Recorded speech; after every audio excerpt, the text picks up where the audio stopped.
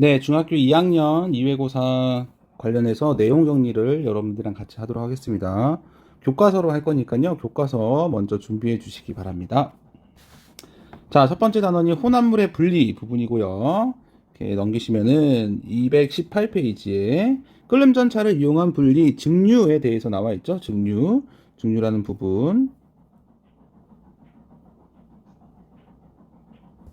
네, 여기 증류의 그림이 나와 있고요. 증류라는 것은 두 물체의 끓는 점 차이를 이용한 건데, 끓는 점이 서로 다른 물체를 동시에 끓여요. 그러면은 끓는 점이 낮은 물체부터 상태 변화를 하고요. 기체로 변하면 그걸 다시 찬물에다가 식히는 겁니다. 뜨거운 물이 아니고 찬물에다가 식히면 다시 액체가 되겠죠. 모두 액체 혼합물이었는데 기체가 됐다가 차가운 물 쪽으로 오면은 다시 액체로 변하는 이 분리 방법을 증류라고 합니다. 증류는 이렇게 소주꼬리를 이용한 예가 있고요. 원유의 증류탑도 증류의 한 예가 되겠습니다. 네, 요 끓는 점차를 이용했다는 거 알아두시고요. 증류. 그리고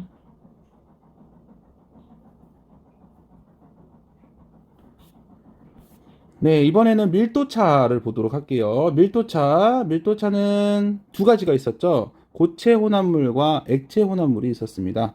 혼합물을 분리할 때는 고체 혼합물을 이루고 있는 요 밀도를 확인하시면 되는데요. 원하는 두 물체가 여기는 세 개가 나와 있지만 뭐 생수병과 우유통만 보도록 할게요. 1.38, 0.95라는 밀도를 가지고 있을 때 얘네 둘을 구별하는 방법은 네, 두 혼합물의 사이에 해당하는 액체 밀도를 가지고 있는 액체를 사용하면 고체 혼합물을 분리할 수가 있습니다. 예를 들어서 생수병과 우유통을 섞는다 하면요.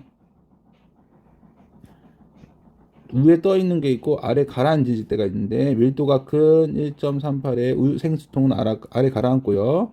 0.95의 그 우유통은 뜨겠죠. 그러면 이 액체는 뭐냐? 0.95와 1.38의 사이의 값을 가지고 있는 액체 물질이라는 뜻입니다. 그렇게 해서 고체 혼합물을 분리하고요. 액체 혼합물은 조건이 있었습니다. 두 물체가 밀도가 다른 거, 밀도차를 이용하니까 당연히 밀도 차이가 있다는 거는 명백한데, 또 하나, 서로 섞이면 안 돼요. 서로 섞여버리면 밀도 차가 있더라도 섞여버리면 구별할 수가 없습니다. 서로 섞이지 않는 밀도 차이가 큰 액체 혼합물을 분리할 수 있고요. 그때는 두 가지 방법, 분별 깔때기와 스포이트를 이용한 분리가 가능합니다. 자, 먼저 분별 깔때기를 보시면요. 분별 깔때기 아래쪽은 밀도가 큰 녀석, 위쪽은 밀도가 작은 녀석이 존재를 하고요. 시간을 두면 이렇게 층이 생기게 됩니다. 층이 생겼을 때 마개를 열고 꼭지를 열면 아래에 있는 밀도가 큰 물질이 먼저 나오겠죠. 그리고 그때 수업 때도 강조했지만 밀도 중간 밀도가 서로 다른 물체의 경계면은 정확히 구별해낼 수가 없기 때문에 다른 비커에 따라서 벌어야 된다고 했었죠. 네, 그래서 큰 밀도를 가진 물질, 작은 밀도를 가진 물질 중간을 걸어야 될 이 비커가 3개나 필요하다고 했었습니다. 네, 그 부분을 꼭 상기시켜 주고요. 스포이트 분리도 마찬가지예요. 뭐 분별 깔때기와 스포이트의 차이점은 양에서도 차이가 있겠지만 분별 깔때기는 밀도가 큰 녀석을 먼저 분리하는 방법에 스포이트는 밀도가 작은 녀석을 먼저 분리할 때가 있어요. 네, 그런 두 개의 차이점이 있다는 거 알아두시고요. 그렇게 해서 밀도 차이를 이용해서 분리를 하면 되고, 그 밀도차를 이용한 분리가 뭐냐면 바다 위에 기름이 유출됐을 때 기름은 밀도가 작아서 떠 있기 때문에 그 위에 있는 기름만 싹 걷어내면 됐었습니다. 그리고 원심 분리기를 통해서 혈액을 뱅글뱅글 돌릴 때 돌릴 때 얘가 돌리면 요 가운데 꼭지가 가운데로 몰리고요. 끝으로 이렇게 벌어지거든요. 그러면 여기 뱅글뱅글 돌리다 보면 요 바깥에는 여기는 밀도가 작은 녀석이 몰리게 됩니다. 그래서 밀도가 큰 혈구와 밀도가 작은 혈장이 구별되는 혈액의 원심 분리기가 있고요. 사금 채취도 금이라는 물질의 밀도가 워낙 크기 때문에 사금 채취통에 놓고 뱅글뱅글 돌리다 보면 밀도가 작은 녀석은 물에 식혀서 밖으로 떠내려가고 밀도가 큰 녀석들은 계속 상대적으로는 안에 남게 되겠죠. 그래서 금을 구별할 수 있게끔 되어 있는 게 사금채취에서 밀도차를 이용한 방법입니다. 자, 다음 또 넘겨보시면 재결정을 이용한 분리, 재결정. 여러분들이 재결정을 많이 어려워하는데 일단 순서를 알아보시면 될 것 같아요. 순서를 한번 보도록 하겠습니다. 순서. 자, 불순물이 섞인 고체 물질이래요. 불순물이 조금 섞여 있는 고체 물질을 어떻게 하냐? 불순물과 고체를 모두 다 녹이거나 뭐 고체만 녹일 수 있는 물질이 있다면 그건 더 좋겠죠. 그 물질을 녹입니다. 근데 불순물은 소량이고 우리가 원하는 고체 물질은 다량이기 때문에 일단은 다 녹아 있고요. 그죠? 다 녹아 있고 이 상태에서 얘를 모두 다 녹이려면 따뜻한 물이 필요했었는데 이 얘를 차갑게 식혀줍니다. 차갑게 식혀주면 온도에 따른 용해도가 낮은 물질은 밖으로 석출이 돼요. 석출이 됩니다. 석출. 밖으로 결정을 이루면서 나오는 걸, 녹아있던 게 나오는 걸 석출이라고 하는데 그 석출된 물질이 있다면 뭐 파란색으로 표현해 볼까요? 네, 이렇게 파란색으로 석출된 물질이 있다면 얘를 거름 장치를 통해서 걸러내면 이 파란색은 남아있고 녹아있는 물질은 아래로 내려가겠죠. 그죠? 네, 그렇게 해가지고 일단 분류를 해놓고 위에 있는 거를 말리거나 뭐 증발을 시키면은 여기에서 순수한 물질을 얻어낼 수 있는 게 재결정 이용입니다. 여러분들한테 다시 순서를 말씀드리면 첫 번째, 혼합물을 따뜻한 물에 모두 녹입니다. 따뜻한 물에 녹이는 이유는 용해도가 크기 때문에 뭐 많이 녹일 수 있죠. 그래서 따뜻한 물에 모두 녹이고, 그리고 용액의 온도를 낮춥니다. 온도를 낮아지면 온도에 따른 용해도 변화가 큰 물질이 밖으로 나온다고 했죠. 석출된답니다. 그 석출된 것들을 거름 장치에다가 거름 장치에 거르고, 그리고 증발을 통해서 거름 장치에 걸러진 그거를 증발을 통해서 순수한 물질을 얻어낼 수 있는 겁니다. 이해되시죠? 네. 뭐 여기에 나와 있긴 합니다. 고체 물질을 용매에 녹인 다음에 온도를 낮추고 용매를 증발시켜서 중간에 여기 거름 장치가 있다는 거, 거름 장치 꼭 기억해 주시기 바랍니다. 그러한 재결정으로 어떤 걸 분리할 수 있냐? 천일염에는 물에 녹지 않거나 뭐 다른 불순물들이 많이 발견이 되는데 그런 것들을 재결정을 통해서, 그리고 약품을 정제할 때 약품에 있는 순수한 물질만 있게끔 정제를 할 때 그때 재결정 방법이 쓰입니다. 자, 다음은 크로마토그래피예요. 크로마토그래피, 혼합물 분리의 마지막이죠. 자, 크로마토그래피는 여기 나와 있는데 이 부분을 많이 놓치시더라고요. 자, 혼합물을 이루는 성분 물질이 용매를 따라서 이동하는 속도가 다르다. 이거를 이용한 게 크로마토그래피이다라고 말을 하고 있습니다. 이게 무슨 말이냐? 우리 실험을 할 때 사인펜 점을 찍어 놓고 사인펜 점이 섞여 있지 않는 아래쪽 부분을 물에다가 담궜죠. 그러면 물이 저름종이를 통해서 쭉 퍼져나갈 때 아까 찍어 놓은 잉크도 물을 따라서 어떻게 이동을 하는 거죠. 물이 지금 계속 위로 이동하고 있으면 아래에 있는 녀석들도 다 같이 위로 올라가게 되는 겁니다. 그런데 이 물질들이 서로 따라가는 속도가 달라요. 속도가 처음에는 얼마 차이 안 났기 때문에 두 혼합물을 구별할 정도가 아닐 수도 있지만 시간이 지나면 얘네들이 점점 퍼져나가면서 속도가 확연히 나가게 되고요. 확연히 차이 나게 되고요. 그걸 통해서 물질들을 알아낼 수 있습니다. 크로마토그래피. 뭐 뒤에서 문제를 다루도록 할게요. 그 크로마토그래픽의 얘는 여기 나와 있는 것처럼 성분 물질의 성질이 매우 비슷하거나 분리하기 어려운 혼합물을 분리할 수 있다는 거, 매우 적은 양의 물질도 분리할 수 있다는 거, 이런 것들이 있습니다. 자, 다음은 다양한 분리인데요. 이제 두 개의 물체의 혼합물이 아니고 서너 개, 5개, 6개 섞여 있는 혼합물에 대해서 여러분들이 어떠한 방법을 가지고 분류를 할지 고민해 보시면 될 것 같습니다. 이 부분도 뒤에 문제가 있어서요. 그리고 혹시나 하는 마음에 이거 절대로 외우시면 안 됩니다. 이게 만약에 시험에 나오면은 선생님이 이 정보를 주니까요. 절대 외우시면 안 되겠습니다. 자, 스스로 정리하기 문제 중요하니까 1번부터 4번까지 꼭 풀어보시고, 자, 넘겨오시면은 9번 9번 잘 봐주시고요. 8번 또 잘 봐주시고, 스스로 최종 점검하기 교과서 32페이지, 33페이지는 같이 볼게요. 일단 8번과 9번을 많이 자세히 보도록 하겠습니다. 8번과 9번.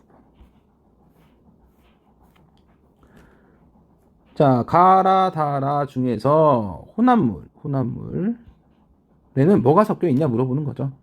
동시에 점을 찍고 물을 흡수하게 했는데 올라가고 있는 그 높이가 서로 다르죠. 여기 노란색과 노란색, 주황색과 주황색, 빨간색과 빨간색인데 여기 노란색은 여기 빨간색과 주황색 사이쯤으로 보이고 있죠.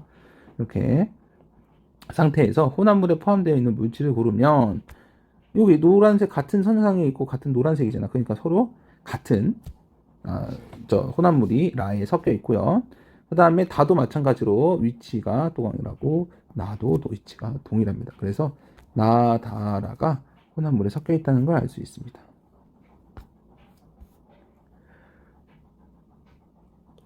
네, 다음은 물, 식용유, 소금, 질산칼륨을 한꺼번에 놓고 식용유, 질산칼륨, 물 순으로 분리하는 겁니다. 자, 요거는 상상력이 필요하겠죠?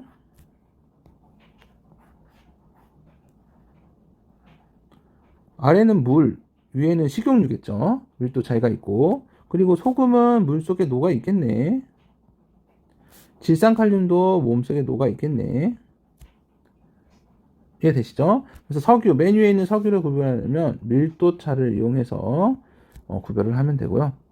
남은 용액은 식용유를 뺀 물, 식용유, 소금, 질산칼륨입니다. 자, 이번에는 질산칼륨을 얻어냈어요. 남은 용액 중에 질산칼륨을 얻어냈는데 이 부분은 여러분들 기억나실지 모르겠지만 용해도 곡선 그래프에서 온도에 따라서 용해도가 많이 변하는 녀석이 있는가 반면에 그렇지 않은 녀석도 있었습니다. 질산칼륨일 때는 이렇게 그래프가 그려졌어요. 온도가 높아짐에 따라서 과학이 점점점 많아졌던 거죠. 그리고 소금은 똑같이 물에 녹지만 거의 변화가 없습니다. 소금은. 그래서 따뜻한 물에 질산칼륨이 아니고 나머지 용액을 놓고 그 다음에 온도를 낮추면 뭐만 나오냐? 질산칼륨만 나올 수 있습니다. 이해되시죠? 그리고 질산칼륨을 뺀 나머지 용액이 이제 소금이랑 물밖에 없죠. 그래서 물과 소금을 나타낼 때는 증발을 사용하면 안 됩니다. 증발을 사용하면 안 돼요. 증류를 사용해야 됩니다. 왜냐? 증발을 사용하면 물이 날아가 버려요. 그래서 물을 포집했다고 볼 수가 없습니다. 물을 밖으로 날아가지 않고 어디엔가 이제 포집할 수 있으면, 가둬둘 수 있으면 증류라는 방법을 사용하는 게 좋을 것 같습니다. 네, 이번에는 수건입니다. 수건의 분포와 활용 부분인데요. 처음에는 이제 수건의 종류에 대해서 여러분들이 아셔야 되고요. 그리고 수건의 순서, 빙하, 해수가 제일 많고 담수 중에서는 빙하, 지하수, 하천과 호수 순이라는 거 순서를 잘 기억해 주시기 바랍니다. 또한 이 수자원들이 어떻게 활용되고 있는지에 대해서 알아봐야 될 텐데 여기는 안 적혀 있네요. 일단 빙하는 고체 상태입니다. 그래서 바로 사용할 수는 없습니다. 빙하. 그리고 고산지대와 극지방의 일부분만 존재한다는 거. 그리고 지하수는 액체이고 땅속에서 짠맛이 나지 않는 담수이다. 그리고 빗물이 스며들기 때문에 지속적으로 활용할 수 있다. 그리고 땅속 지층이나 암석의 빈틈을 채우고 있다. 이 정도 알아두시면 될 것 같고요. 호수도 액체 상태이다. 흘러간다. 고여있다. 그런 부분. 바다, 담수가 아니고 짠맛이 난다. 그리고 대부분을 차지하고 있다. 이런 것들을 기억해 주시면 될 것 같습니다.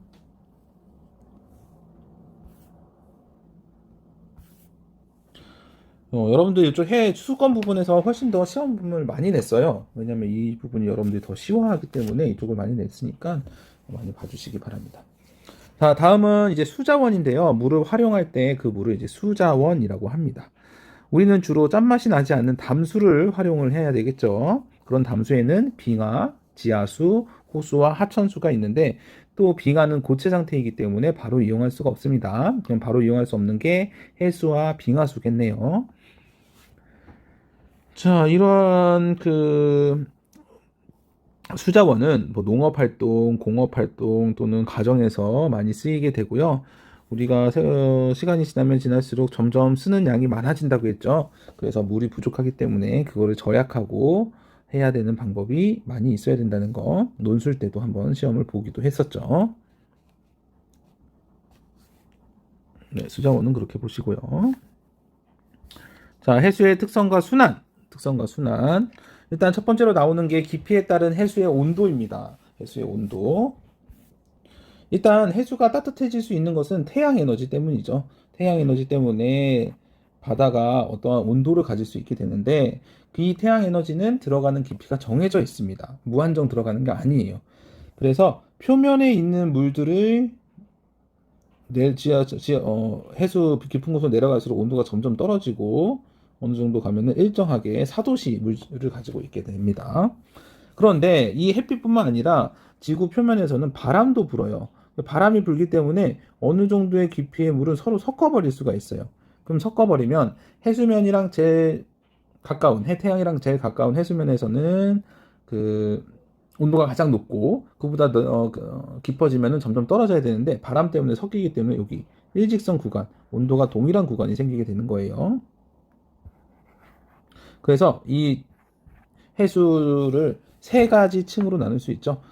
햇빛이 불면서 바람이 섞여서 고온에서 일정한 온도를 가지고 있는 혼합층, 바람이 영향을 받지 않고 햇빛이 깊이가 들어갈수록 덜 낮기 때문에 점점 수온이 약해지는 수온 약층, 심해층은 햇빛이 들지 않아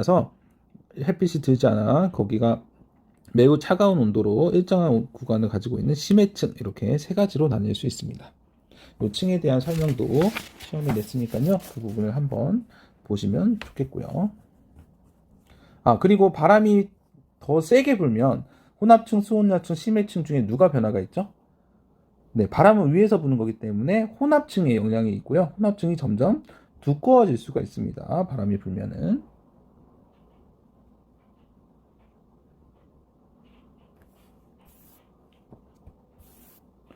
네, 다음은 여러 물질이 녹아있는 해수 부분입니다.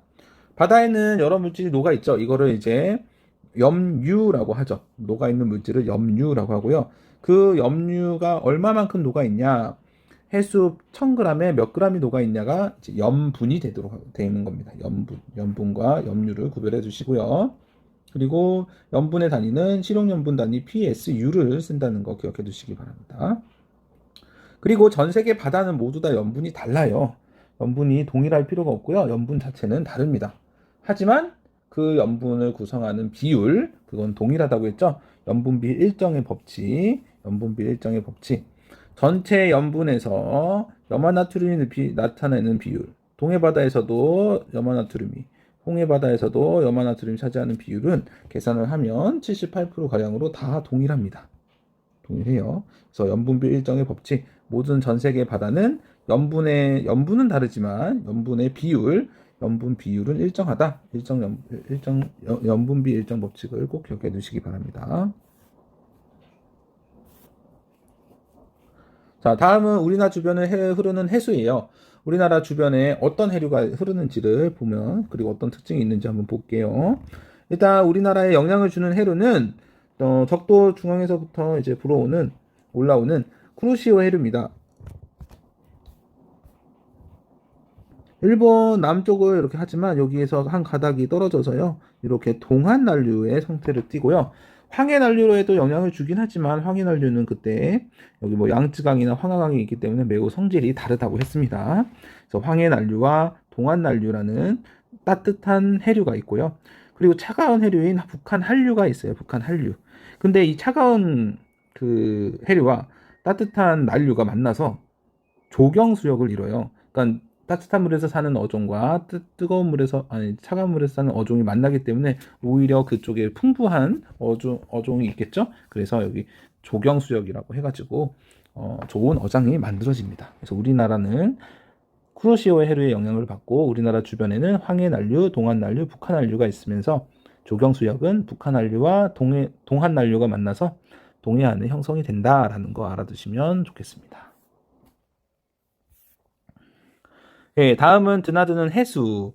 바다는 달의 영향을 받아서 하루에 간조 2번, 만조 2번이 생깁니다. 만조는 물이 가득 찰 때고 간조는 바닷물이 가장 많이 빠졌을 때죠. 이렇게 주기적으로 해수면이 높아졌다가 낮아졌다 하는 현상을 조석 현상이라고 하고요. 조석 현상일 때 간조와 만조의 차이를 조차라고도 합니다. 네. 자, 여기 그래프를 보시면 22일을 볼까요? 여기가 22일 시작이고 여기 22일 끝이잖아요. 여기 아래쪽 해수면의 높이가 낮은 쪽이 간조, 높은 쪽이 만조이죠. 그래서 22일 사이에 이렇게 하나 둘 만조 2번, 간조 2번이 일어나고 있습니다. 고기잡이 배를 타고 나갈 때는 물이 들어왔을 때 배가 나갈 수 있겠죠. 그리고 뭐 갯벌 체험을 간다라고 치면 물이 빠졌을 때 갈 수가 있겠죠. 그 상황에 맞게끔 어떨 때 어떤 부분이 좋은지 여러분들이 판단할 수 있어야겠습니다.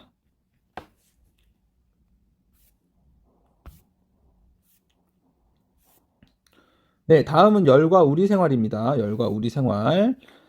입자에 따라서 다른 입자의 운동 부분을 보도록 할게요. 교과서 266페이지.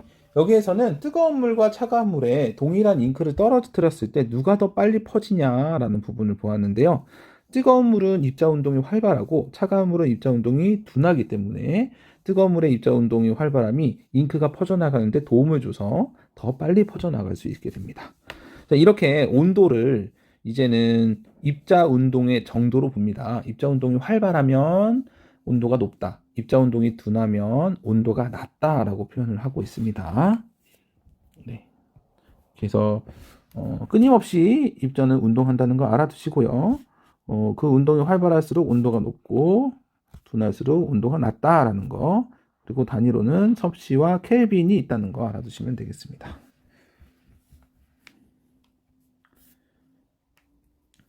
자, 이번에는 열이라는 개념이 나오죠. 열이라는 것은 어디에서부터 어디까지냐면 고온에서 저온으로 이동하는 걸 열이라고 합니다. 그때 당시를 설명할 수 있는 개념이라고 했었죠. 자, 이 열의 이동 방법은 3가지가 있는데 전도, 대류, 복사 이렇게 3가지가 있습니다. 전도, 대류, 복사. 자, 전도는 고체에서 물질을 구성하는 입자 운동이 이웃한 입자를 차례대로 전달한대.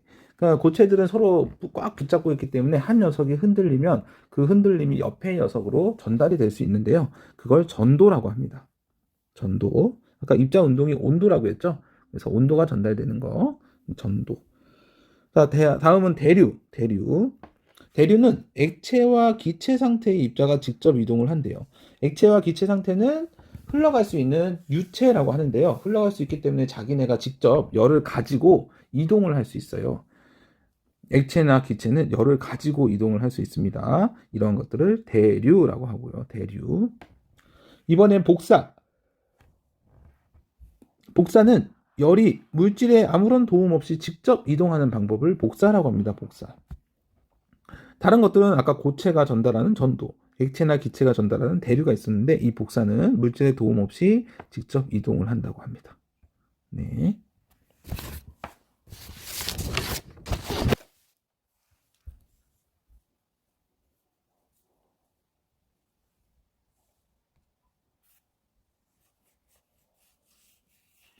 자, 열이 이동하는 거를 차단하면 열이 이동을 안 하겠죠. 다른 말로 대류, 복사, 전도가 열이 이동하는 방법인데 그 대류, 전도, 복사를 막으면 열이 이동하지 않겠죠.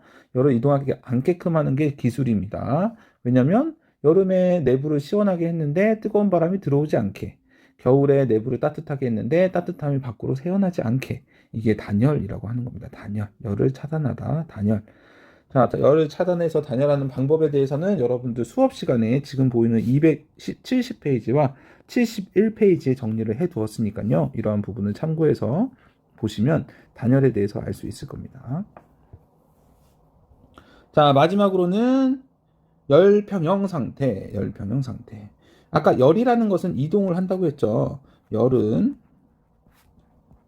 고온에서 저온으로 이동을 한다고 했고요. 이게 열이 이동하는 게 고온과 저온이라는 차이가 있기 때문에 이동을 했었는데 그 차이가 없어지면 열의 이동이 자연스럽게 없어지거든요. 그때를 열평형이라고 하는데 그래프를 보면서 자세히 보도록 할게요. 자, 여기 274페이지에 있는 그림입니다. 그림 위에 거를 보시면 뜨거운 물과 차가운 물이 0시간에는 각각의 온도를 나타내고 있었습니다. 근데 이 두 물체를 접촉시키는 거예요. 접촉을 시키는 겁니다. 접촉. 그 접촉을 시키면 따뜻한 물체에서 차가운 물체로 열이 이동을 하게 되죠. 자, 열이 이동을 해버린대. 뜨거운 온도를 가지고 있었는데 열이 이동을 해버리니까는 뜨거운 물 입장에서는 열을 빼앗겨서 온도가 떨어지고 찬물 입장에서는 뜨거운 물이 준 열을 받았기 때문에 온도가 높아지게 됐습니다. 이런 과정을 계속 갖다 보면은 찬물은 올라가고 뜨거운 물은 내려가고 찬물은 올라가고 뜨거운 물은 내려가고 하다 보면 어느 중간에 두 점이 만나게 되죠. 그때 두 물체는 온도가 동일한 상태입니다. 그때를 열평형 시작 구간이라고 하고요. 열평형일 때 그때 온도도 여러분들이 볼 수 있어야 되겠습니다. 자, 이거를 입자운동으로 설명을 하면 뜨거운 물은 온도가 떨어졌기 때문에 입자운동이 점점점 둔해지는 거고요. 차가운 물은 입자운동이 온도가 올라갔기 때문에 입자운동이 점점점 활발해진다 이렇게 표현도 할 수 있으니까요. 여러 가지 표현을 보고 답해 주시기 바랍니다.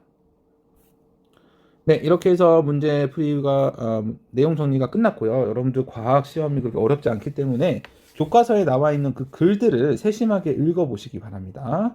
네, 화이팅 하시고 마무리하겠습니다.